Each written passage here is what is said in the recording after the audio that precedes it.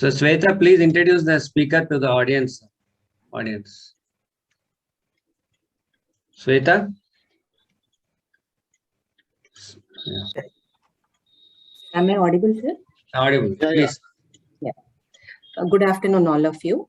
On behalf of the organizing committee, it is my privilege to invite an eminent professor and researcher in the area of 3D printing, Professor Pulak M. Pandey, sir, Director, Bundelkhand Institute of Engineering and Technology, BIET, Jhansi, an autonomous institute sponsored by the UP government, and Professor, Department of Mechanical Engineering, IIT Delhi, for session 11 on Design for 3D Printing and Recent Research Trends. To introduce sir to the participants, Professor Pulak M. Pandey, sir, completed his BTech from HBTI Kanpur in 1993, securing first position, and Masters from IIT Kanpur in 1995 in Manufacturing Science.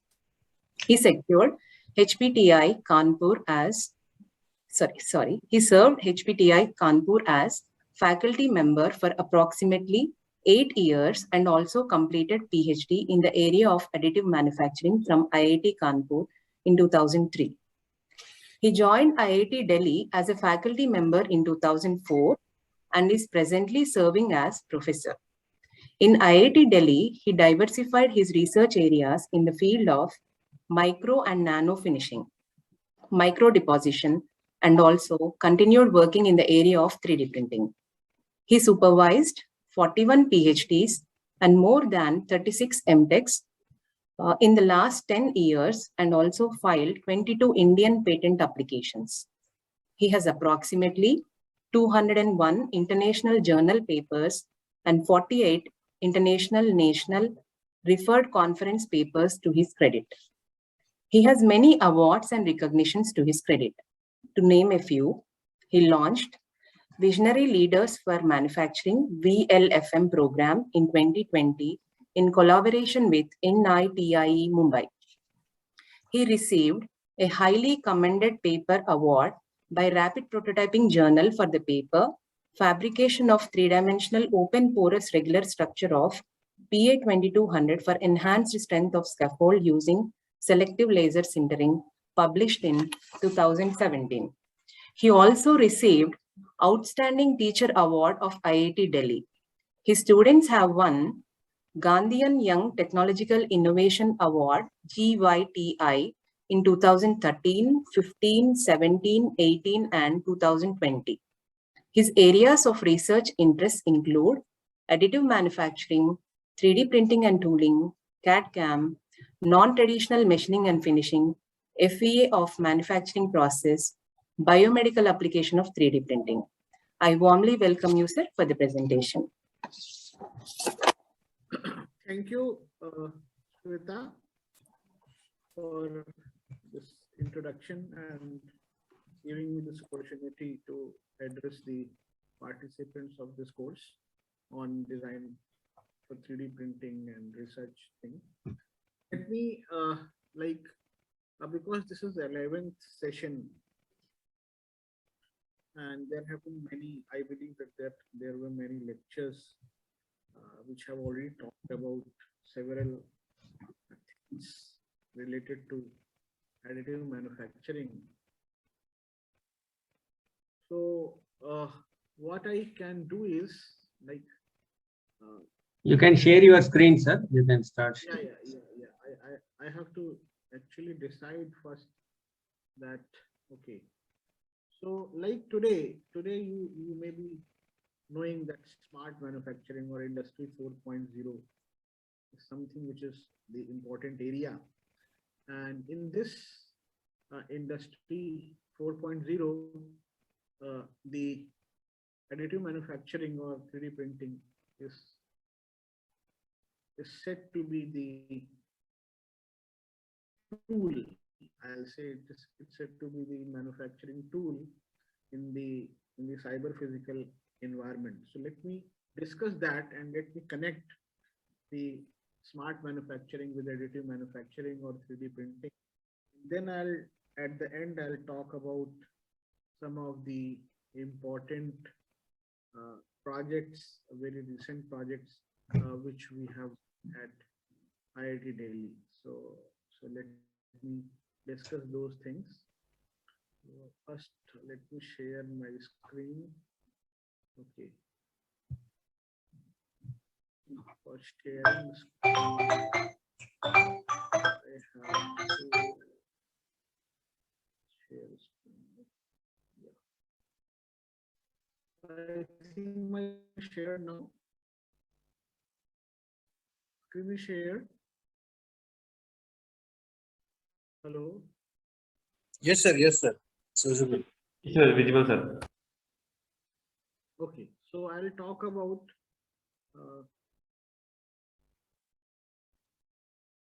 Can you increase the volume in your laptop, sir, so that it's more audible to us? This is, I don't know, like I tested it, then it was coming fine. So let me keep it little closer to me. Then it may be better, I believe. Now it is better. Now it is better. Yeah. So it is about the fourth industrial revolution, which is also termed as Industry 4.0. So here, like if you see the four industrial revolution which we have over the time. So this first industrial revolution, from the figure itself, it is evident that there's a steam engine which has been shown below number 1. So it was the end of the 18th century, I'll say. It was the end of the 18th century when the first industrial revolution took place. At that time, people used to work with the primitive machines. People came up with the concept of primitive machines, and these machines were driven either by the human muscular power or by the cattle power. People were using the different metals, but their manufacturing activities were not so sound. They were unable to make very accurate components, and their machines or maybe the systems which they were having at that time, they were quite primitive in nature. So there were many developments which were taking place at that time, and in those developments, basically, one development was about the establishing the metallurgy for steel, and that is the iron ore refinement and metallurgy to produce steel. And at the same time, people were also trying to develop cannons, because it was also the time for war. So these cannons were being developed, and greater challenge was both cannon, that front portion from where you fire the gunpowder. So that was another aspect. So, and then the third development was taking place, that was the James Watt steam engine. So the steam engine concept was developed, but James Watt was unable to make a very good engine because of the piston cylinder assembly which he proposed. That was something which was not getting manufactured accurately. So this parallel development of steel and the manufacturing technology to bore the cylinder, they have brought actually a revolution, and this revolution is something which has actually given rise, or rather that has led to the development of a very perfect kind of, or a very successful kind of James Watt steam engine.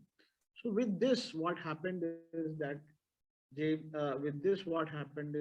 people have started doing the things, and the human muscular power was replaced by the steam power or the water power. So that is known as mechanization. This mechanization is something which was due to the because of which the first industrial revolution that took place. And the second industrial revolution took place after around more than 100 years. That was in the beginning of 19th century. That is said to be the concept of, mass production. So here the mass production was tried, and this mass production is nothing but by the continuous assembly line kind of thing. So production lines were developed. So technological electrification, development of production lines, which led to mass production, globalization, broad adaptation of telegraph, gas, water supply. That resulted into the second industrial revolution in the beginning of the 20th century. So it was around more than 100 years. Now the third industrial revolution that took place around 1970s or so, means only I'll say 50 years back, when actually the concept of microprocessor was developed. This concept of microprocessor was developed because of this computer, internet, digital manufacturing, PLC robotics. So because of this microprocessor development, or you can think computer which came into the picture, it led to the numerical control of machine tools, which is known as digital manufacturing. And then we talked about there was a little more development or other parallel development, that is low cost automation, which is programming logic controllers, Internet of Things, digitization, automation, and all these things. So here, like the development of microprocessor and its utilization with the manufacturing, that brought the third industrial revolution, where the human mental effort was substituted by the use of microprocessor. Means people started writing programs, and that's how the repeatability could be and the accuracy could be enhanced or rather brought in the various machining systems. Now, today is Industry 4. The fourth one which we are talking about today, that is the convergence of information technology or wireless communication technology, Internet of Things, along with the manufacturing. The convergence of IT, OT, autonomous machines, advanced robotics, big data analytics, Internet of Things, then smart factory, use of machine learning and AI, and cyber physical system. That has brought actually the another revolution which is likely to come, or rather ongoing in certain few very developed countries. Some industries have been already developed on this concept, and that is called smart manufacturing or Industry 4.0. So if you try to see the industrial evolution, on the x-axis you will have the timeline, and on the y-axis you have level of complexity. So you can see the first industrial revolution took place at the end of 18th century, and the second industrial revolution, that is a continuous production, that started in the beginning of 20th century. So it took more than 100 years. And then just after, you can say 60 years or 60 or 70 years, we had third industrial revolution, where the numerical control or the robotics that started, that replaced, substituted the human mental effort. And at the end, we had basically, today we are talking about Industry 4.0, that is the concept of manufacturing, which is based on cyber physical system. So we have to understand what is cyber physical. So the cyber physical system, if you really see schematically, it has been shown here. So in the core of a cyber physical system, we have information. And this information is something which is either computational. So from this whole huge digital information, like if you, in other words, if I, in a very simpler manner, if I can tell you that people were using various machining handbooks, various handbooks related to maybe tools, metal forming, press handbooks. So like all this information which was available in very thick books, that is now digital, that is now being digitized for it. So entire manufacturing data is available in digital form. And if you have to produce a particular assembly or a component, then what you have to do is you have to find out appropriate data, the most suitable data or optimum data. That's how you need computation. So this step requires actually find big data analytics, data science, finding out appropriate data, use of artificial intelligence to understand the correlation between the various parameters and the process outcomes which is required. And then finally, you need to do the optimization. So once you get the optimum data, that is to be communicated. The second point which here is communicated. So the data will be communicated, and this data will be used to control various machines. There's a communication to various machines which will be used to control the various physical entities. That's how we define a cyber physical system. So cyber physical system is a system of collaborating computational elements controlling physical entities. For controlling physical entities, CPS are physical and engineered systems whose operations are monitored, coordinated, controlled, and integrated by a computing and communicating core. They allow us to add capabilities to physical systems by merging computing and communication with physical processes. So this is how the framework, you can visualize the kind of framework that is likely to happen when you are having a cyber physical system based manufacturing processes or manufacturing system which is based on cyber physics. So if you try to see the today's factory, like the modern factories, we can say is dependent on the concept of continuous production. And the example which has been shown in this particular slide that is based on the automobile assembly, or maybe the assembly of automobile engine, or maybe some other sub-assembly. So basically, there are various workstations. I believe that most of you, those who have visited any of the automobile companies, they might have observed this kind of system. So we have the rigidly sequenced car manufacturing on a production line, which has been demonstrated. So we have dedicated workstations, and this assembly line may be as long as maybe 50 workstations or 80 workstations. So on the 80 workstations, you are having some people standing. They are semi-skilled people. They know only to do a job which is assigned or for which they are trained, and that is very much limited scope job which they are going to do on a particular workstation. And the things are moving, and you are able to actually assemble an engine of an automobile, or maybe this thing which you can say something called maybe complete automobile also. So so this kind of production system, if you see, it is rigidly sequenced, means you hardly get any flexibility. Like if you want to change from one car model to another car model, which is quite similar, suppose there's only 10 to 15% difference. Even though you have to switch from one assembly line to another, rather you have to use another assembly line. So there have been some developments, like in 2019, I visited Germany, and I had an opportunity to visit Mercedes-Benz and maybe the Porsche car. Now I have seen these assembly lines in their company, and what did I see? That they have introduced a concept that in a particular assembly line, different models of cars, they can be manufactured.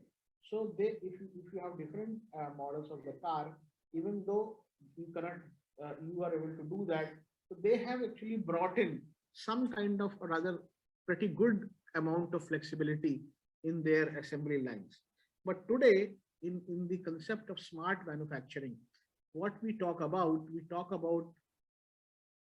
a system where there won't be any assembly line kind of thing. Rather, from the data which is being communicated to various workstations, which may even be physically located at different places, they will be communicating with each other, and the data set that has been obtained from the cyber physical system, that will be communicated to them, and based on that they will take appropriate decision, they'll operate, and they'll produce the things. So it is a fully decoupled, flexible, and highly integrated manufacturing system. The human intervention or the presence of human is minimal in this particular kind of system. This is what is something called as tomorrow's factory, and which is based on the concept of Industry 4.0. So if we try to see the Industry 4.0, the design principles. So there are 6 principles, 6 guiding principles on which we try to develop this. One is called interoperability. So this interoperability is something, just hold on. So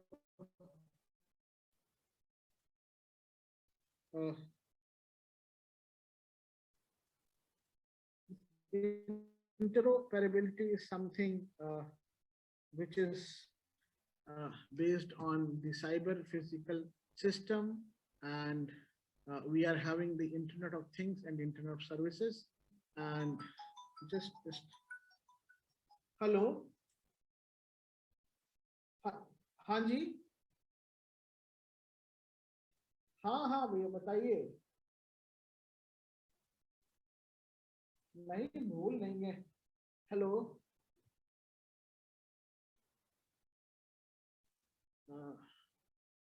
एक second. हाँ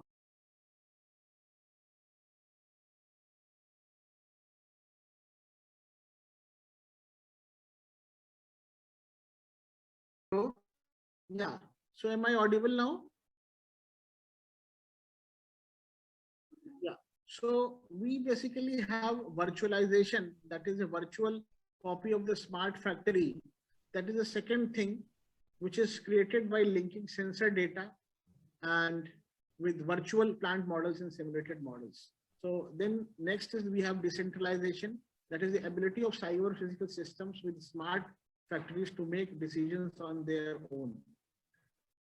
Then we have real-time capability. So the next is the capability to collect and analyze data and provide the insights immediately. And so that is basically something which is similar to the I'll say adaptive system kind of thing, where but it is much more a big picture than adaptive slicing, because adaptive controls, because here the data will be collected, there will be data which is online collected, and at the same time using a tool we are taking this thing that is called what should I say, that is a real connection. Service, that is through Internet of Services, and then modularity, that is the flexible adaptation of smart factories for changing requirements of individual modules. Blocks of Industry 4.0, that is the so various technologies are actually needed if you want to implement the smart manufacturing. Let's start with the big data analytics, autonomous robots, simulation. Then we have horizontal and vertical integration. Then we have Internet of Things. We have cyber security, and we have big data analytics.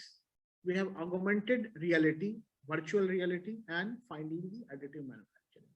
So you can see from this slide that there are at least 10 technologies, 8 to 10 technologies which are required in order to implement smart manufacturing. So in my other presentation, I'll try to tell you, because I'm not focusing much on additive manufacturing basics, because you have already done 10, 12 lectures, and you have already, tried number of things. So we are going to see this thing with our, so I'll talk about some advanced additive manufacturing processes after this slide. So what has been suggested here, that the Industry 4.0 is something which is the building block of the building blocks of Industry 4.0. There are various technologies. The additive manufacturing technology or the 3D printing technology has been suggested one tool for smart manufacturing. Now, if we try to see the digital enterprise, now the entire value chain is digitized and integrated. So here we are having digital world and we are having the real world. So this product design, product planning, product engineering, and production, it is something like we are having the transition. So the transition is like we are having the transition that most of the activities in the beginning till the production, they are virtual, and then there's a smooth transition. We're actually entering into the real world.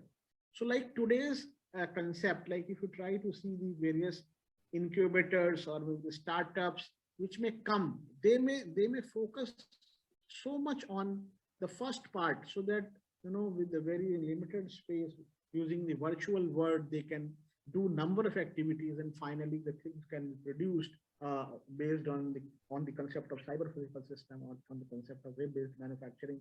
There may be a service, and that service may be something similar to web-based manufacturing. So if we try to see the top 10 skills which are relevant in Industry 4.0, they are related to complex problem solving, coordinating with others, people management, critical thinking, negotiation, quality control, service orientation, judgment and decision making, and active listening, creativity. So these are the 10 skill sets which are required for this thing. So in 2020, like today, or maybe in the environment of smart manufacturing, if we try to see, we are having the similar skill sets, but there are a few other sets which you will need. One is the emotional intelligence, and another one is the cognitive flexibility. So because somebody is going to work in a environment which is almost manless, so you need emotional intelligence, and the kind of highly networked environment which you are going to have, because of the deal with the machine, there has to be cognitive flexibility, that one can change over from one kind of thing to other kind of thing very smoothly. So here, this concept of smart manufacturing, that is going to impact the individuals, obviously, the society, the businesses, economy, and of course, the national and global economy on the whole. So that's how, what I want to tell you, that in the scenario of smart manufacturing, which is the most important and most modern concept, you are going to have this kind of thing, and that is likely to happen. Now, the next is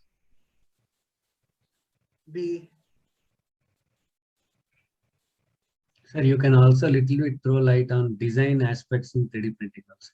Yeah, I'm going to do that. Okay, thank you. So now I'll emphasize on something else, and the distinctive design features of manufacturing, which makes them more suitable and orientation towards something called industrial engineering aspects, or the supply chain management aspects. So in the maintenance engineering, correct? And why this is important, the aspect which has been just now told, that will come in between because of the distinctive features which additive manufacturing offers, and the kind of disruption that it creates for our people. Okay.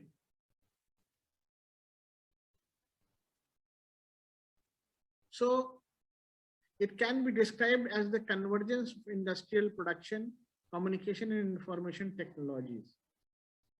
Industry 4, for a production perspective, is a setup to which intelligent workpiece can independently coordinate their paths through the factory, and machines communicate in real time with the respective warehouse. So we are having Industry 4 has resulted in a paradigm shift from centrally controlled to the decentralized production process. So here we are having the Industry 4.0. So here, just now I have already told you, you have this additive manufacturing as one of the tool. Now, why it makes important?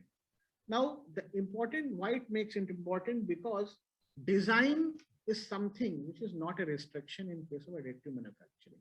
In terms of manufacturability, that is something which we have to understand from some examples which I'm going to talk about now.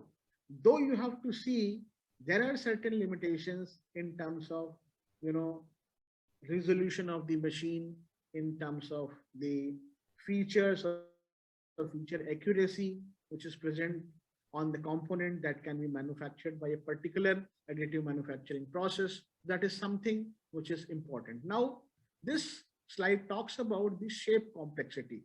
This is the distinctive advantage, design advantage of additive manufacturing. So whatsoever geometrical complexity you have, you are able to produce it theoretically, but definitely the manufacturing, additive manufacturing or 3D system which you're using, that will offer you certain restrictions in terms of accuracy, in terms of tolerances, in terms of surface quality, or maybe strength also sometimes. But geometry is never a problem as far as theoretically we can see, look onto the system. Then material complexity. Now today we are having the additive manufacturing. Now selection of material, use of material is something which is the design activity. So in case of additive manufacturing, it enables to manufacture of parts with complex materials, their compositions, and in a different manner. Then we have basically the different polymeric material, porous materials, they can be done. Then functional complexity. Functional devices can be fabricated directly in some AM machines by embedding components and kinematic joints while parts are being built. Then we have topological optimization. Now, distinctive features of additive manufacturing is, this is again a design concept. Like I have to make a machine component like this, but using the topological optimization tools, like we are having number of softwares now which can give you an output like the front one, and then this can be directly printed on an additive manufacturing system. So this topological optimized structure printing is again a distinctive feature of topological optimization. Then part consolidation. Now here one example has been given that if you can produce this component on the right, that you can do in one go in case of additive manufacturing. But otherwise, if you want to do it using injection molding, you can do it in number of components, and you have to probably do it like that. The features of AM such as increased design freedom, customization, option for topology, and part consolidation make it major disruptive technology for supply chain of spare parts. So basically flexibility in design, geometrical flexibility in design, material flexibility in design, topology in design, these are certain design features. Then in the paradigm of Industry 4, AM is something which can produce spare parts for spare parts for support, and it can support the maintenance. It can reduce the time to market and cost of manufacturing. So basically we have CAD file, we have optimized design, we have additive manufacturing system, and we have maintenance, repair, overhaul, or a new component that can be produced by this thing. So what we have additive manufacturing and Industry 4.0. It together gives you the flexibility, the design anywhere, manufacture anywhere. And it enables end users maintenance MRO, that is maintenance, repair, and overhaul capacity, and enables user to diversify the applications without buying new machines or components. Correct? So this is one aspect which relates to maintenance, design engineering, and design flexibility, which is present with the additive manufacturing. Now, let me talk about few more things.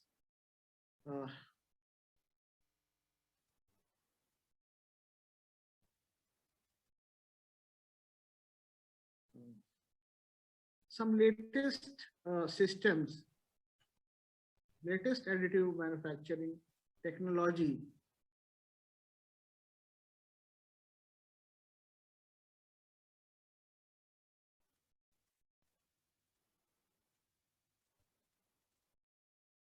So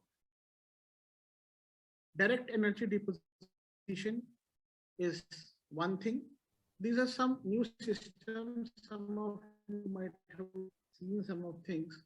Some of the speakers might have told you, I don't know whether they have told you or not. So this is a latest metal printing system, which is known as powder blown technology. Correct? So here you are having the powder that comes down from this nozzle, and there's a laser from the center. And when they interacts, basically you are able to deposit the material on this platform. And this is called lens. This is called, there's optics, that is the lens. So this is a nozzle insert, powder system, and focused laser beam. You can see this video. This video will give you the sufficiently good idea if it plays, because I'm sitting in a remote place. I don't know whether this will work or not. It is not working, it seems.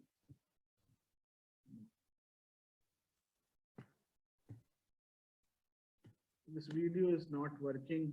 I think due to less bandwidth, internet bandwidth, I think. Yeah. It's not working. So, okay. So basically, this is how the powder flows down, and there's a laser from the center, and you are able to produce the components. So it has some its pros and cons. So we are having basically suitable for fabricating multi-gradient material, large size parts, and high performance coatings, fast build and rapid material deposition, fully dense part, no need for supports, can be used for repairing. And then we have poor surface finish, significant post-processing, part complexity is limited. So these processes fall in the category of direct energy deposition, and they have applications in various domains of engineering that includes aerospace, automotive, repairing of parts, nucleus, medical components. So this is something, this acknowledgement of the 2-3 sources from where this material has been taken. Then LMD is a similar class of process, so developed by different industry. So here also you are getting this powder, and the laser comes from the center, and you're depositing the material layer by layer, and then you are having the highly precise near net shape production of parts, and complex part can be repaired due to small heat effector zone. Distortion is lower. But they have very complex process structure property relation, complex thermal history, anisotropy is there, and then we have going to the cost of specialized powder feedstock and laser equipment to protect your atmosphere in many cases. Then electron beam additive manufacturing is something which you have to do. So the schematic diagram which has been shown here. So we are having the powder bed, and from the center there's a laser. So instead of having laser, we are having an electron beam gun of 3 kilowatt laser, and that puts this thing there, and we are able to deposit the material. So the process is done in vacuum. So it is eliminates impurities and yield excellent material property. So you have another variant that you have a wire and an electron. So similarly, this has a number of applications in various domains, and you can just have a look. Correct. This is the acknowledgement of then VAM. Then we have wire arc additive manufacturing. So you can see the video. I think this is moving. So this is how the MIG process, metal inert gas, is used to deposit the material.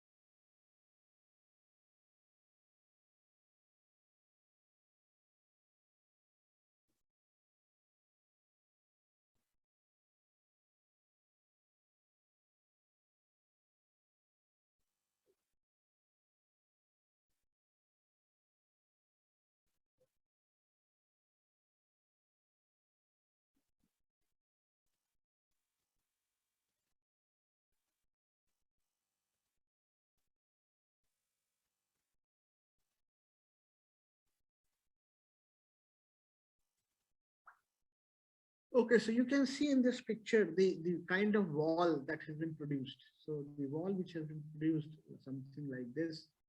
So we are having the wide range of deposition, the near-net shape, and therefore reduced material loss, conventional machining time reduced to minimum, reduced lead time, good structural integrity, low to medium complexity components, and so on and so forth. The limitations are residual stresses and distortions, and some materials may need shielding and low. These are some examples. Various components. Multi-jet fusion printing technology is another technology which we have that comes from HP. So this is a new printer, 3-4 years back only. I think it has been introduced. I have seen it in Noida a few years back only. Okay, so here, basically, this is a video. It actually uses two kinds of chemicals. One is called detailing agent and it's a fusing agent. And then in one go, basically using UV light, the entire layer is being fused. This is another important printer. So it can produce very flexible components using thermoplastic polyurethane. It can produce polyimide also, very strong components. Then we have high resolution and dimensional accuracy and very strong components when we can produce using this. These are some examples of HP printer. Then DLP is another new process. I have learned about this process through these lectures. Somebody asked me the question, then I learned about it. This is the process. There's a video, but it's not playing. Yeah, it's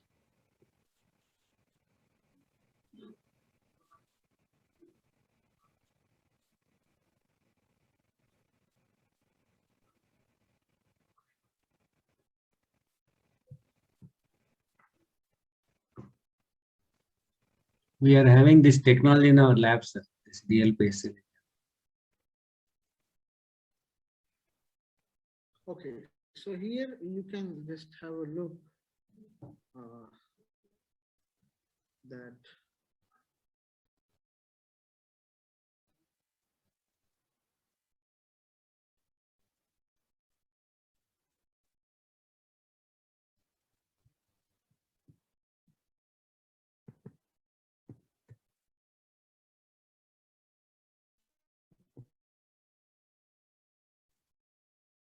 so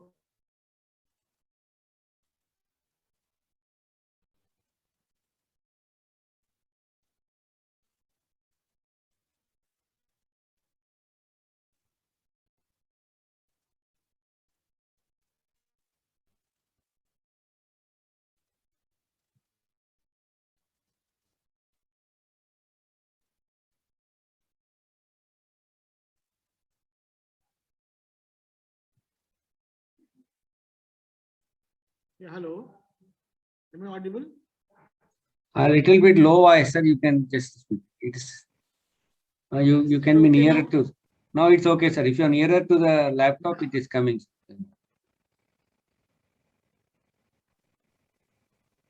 Tomorrow we have a demo on this DLP, sir, in our program. We are in our center. We have this DLP printer with us.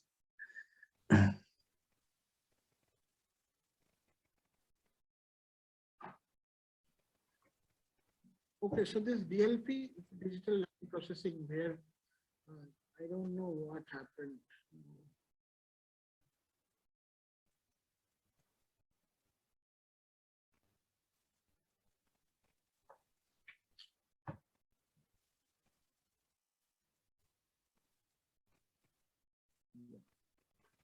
So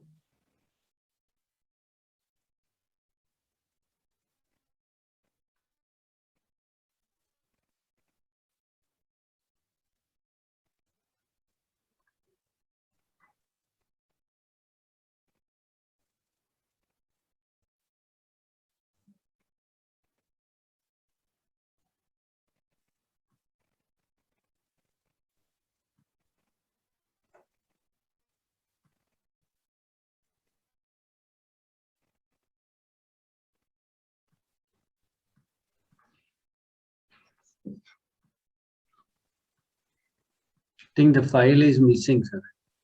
No, nothing is missing. There's Okay. nothing is missing. It's a net problem. Okay, okay. Internet board. Yeah.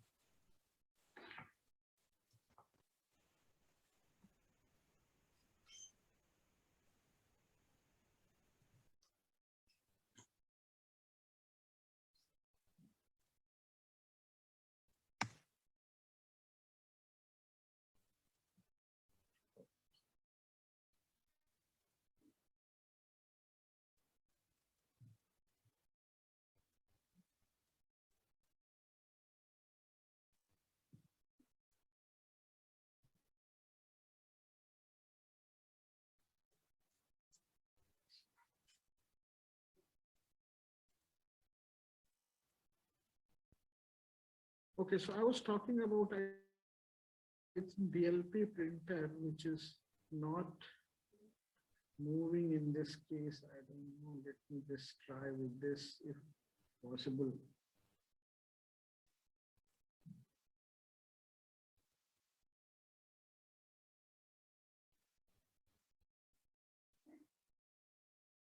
Yeah, matter a few minutes now.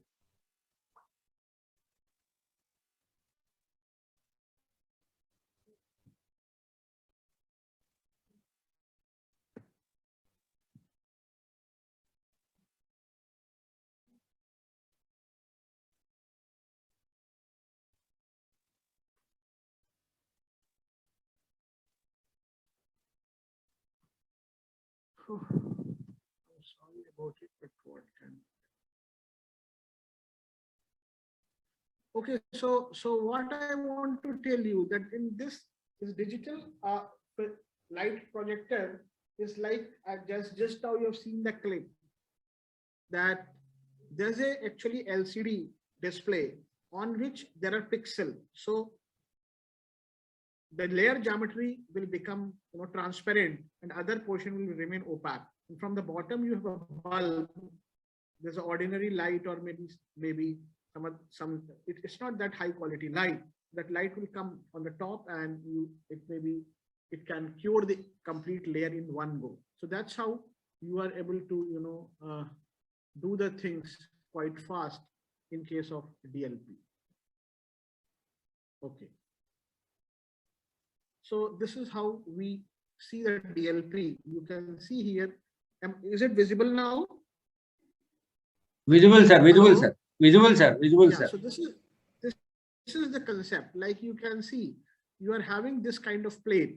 These are the pixels. Now I want this portion to be solidified. So this laser light will come and this portion from here, the laser will pass and that will be hardened.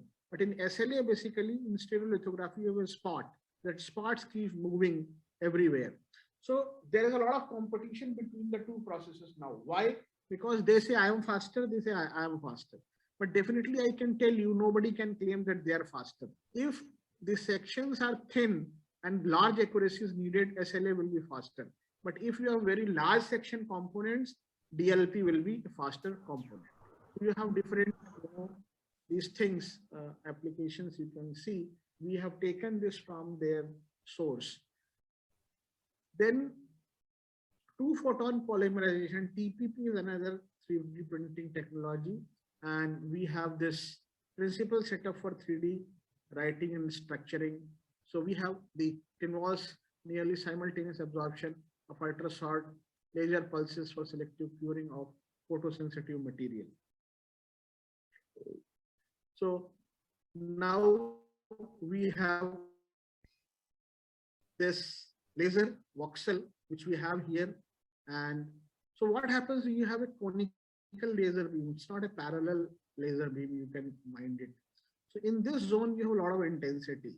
And this photosensitive polymer is such that it can wherever that intensity will be above critical intensity, it will do this thing, it will create the volume here. So advantages are high resolution. It can create as small 100 nanometer. This thing complementary to 2 pp. Online process observation is there. We have polymerization in the presence of biological tissues and cells. We have biocompatible initiators, reactive water-based systems, and monomer with low toxicity is there. So we have basically tissue engineering, photonics, MEMS, microelectronics, metamaterials, plasmonics, etc. That is TPP. So these are some examples you can see. This is called microprism. So this microprism is dimension you can observe 60 microns. This is a lens, micro lens. This is the dimension. You can observe, understand the kind of. We have this biological application. This is scaffold. There you can see these things. These are called micro needles. So the micro needles are like this. Correct? So this is for drug delivery. Okay. So this is, then we have ArcForce 3D printer. This is a very good printer. Actually, you should explore such things. So here we can produce composites. So basically, it is a fused filament FDM kind of concept. So you may have one FDM ABS wire, and there may be a spool of carbon fiber spool. So you can alternatively lay and you can create composites, or there may be an onyx kind of thing. So you may have this onyx kind of situation, which is a chopped carbon fiber printer. So you can deposit the variety of things. Correct. So these are various material properties. I'll show you the capability. Like you can see here, this not this, so you can see. So shock absorber has been printed by onyx material, correct? And you have this soft jaw, is a carburetor which has been printed by this material. So that's how you can have a feel of, you know, the capabilities of these technologies, and the design is generally not a restriction. You have to just do design for additive manufacturing, considering the process limitations, which may be one of the cause for you. Correct. So with this, I think I will like to stop here because I have limited time today.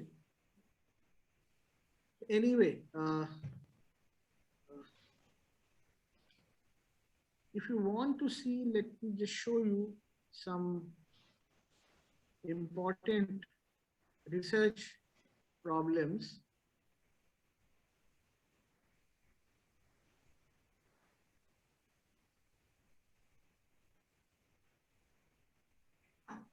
Yeah, so my screen is visible. Visual, sir. Visual. Sir.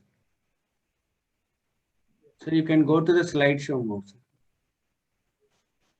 Yeah, I have already gone. Yes. Is it clear now? Yes, sir. Clear. Clear. Clear, sir. We are able to see clear. We are able to see, sir. We are able to see. We are able to see, sir. Okay, I'm going ahead. Yeah, go ahead, sir, please. Please go ahead, sir. Yeah.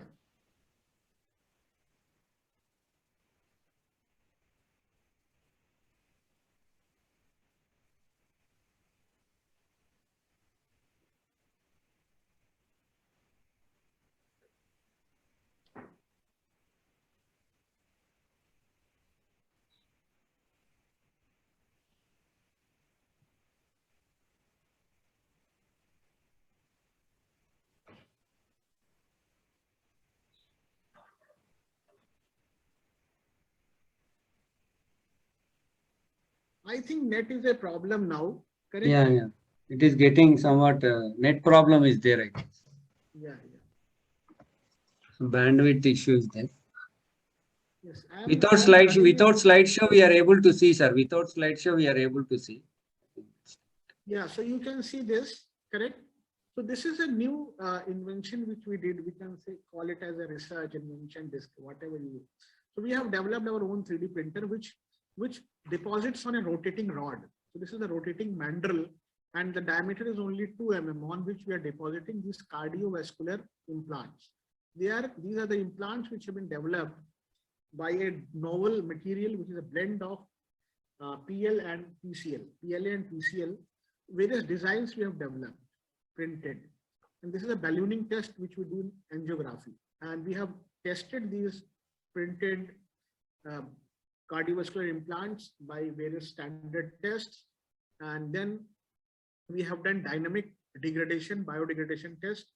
So here you can see this is how the test, it's like heart like pumping, and we have PBS put, these are the stents put, and it is being, so this is how they are degraded. And these are the various biological studies through which we have shown that there's a good cell proliferation that happens. Then you can, another important work where we have developed these scaffolds. They are pure iron scaffolds done through stereolithography and microwave sintering thing. So we are able to do this, correct? And this is how we have done. We have tested the biodegradation, and we have shown that biodegradation is increased in this case. And we have done all biological studies too. Then there's another process where we have made copper components, correct? This is all our, we have patent granted for these things. So here we have developed ultrasonic assisted sintering process, and we developed such structures. In the beginning, we made it with stereolithography, and with normal sintering, ultrasonic assisted sintering, we have developed this complex structures. And another biomedical work where we made these human kids, deformed legs, and then we developed this process using which it can be cured. So these are the clinical testings we have done. And this is an instrument we have developed which can be used to do the measurement of this club foot, that is the twisted foot of the baby, correct? Then this is something which we did 10 years back.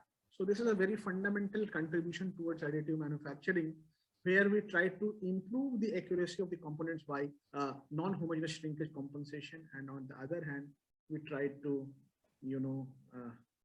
do the tailoring of material properties by this thing. So this is something very briefly I have told you these things. So thanks a lot, because I have another meeting now here. So with this, I think when I'll get another Can I time, ask for any one or two participants to ask questions at any time? yeah. Any questions from the audience, please? Any feedback on the session, please? Sir, one audience is asking Mr. Anup Kumar, can you please tell again the diameter of these micro needles? Micro needles are very less in diameter. Few micro, I have shown you the dimension. Let me share. Okay, I'll tell you in that case.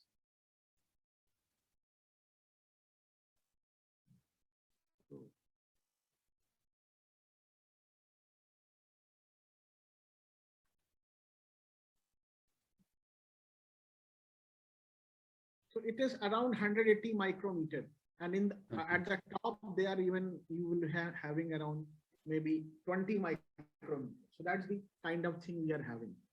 Okay, sir. Okay. So it is, I hope Anup Kumar, you got the answer.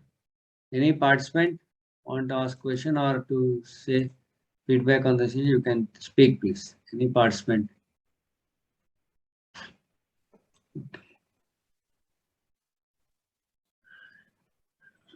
Any questions from the participant on the session?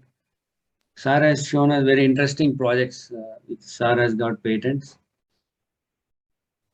So one question is available in chat box. Material used for the club boot.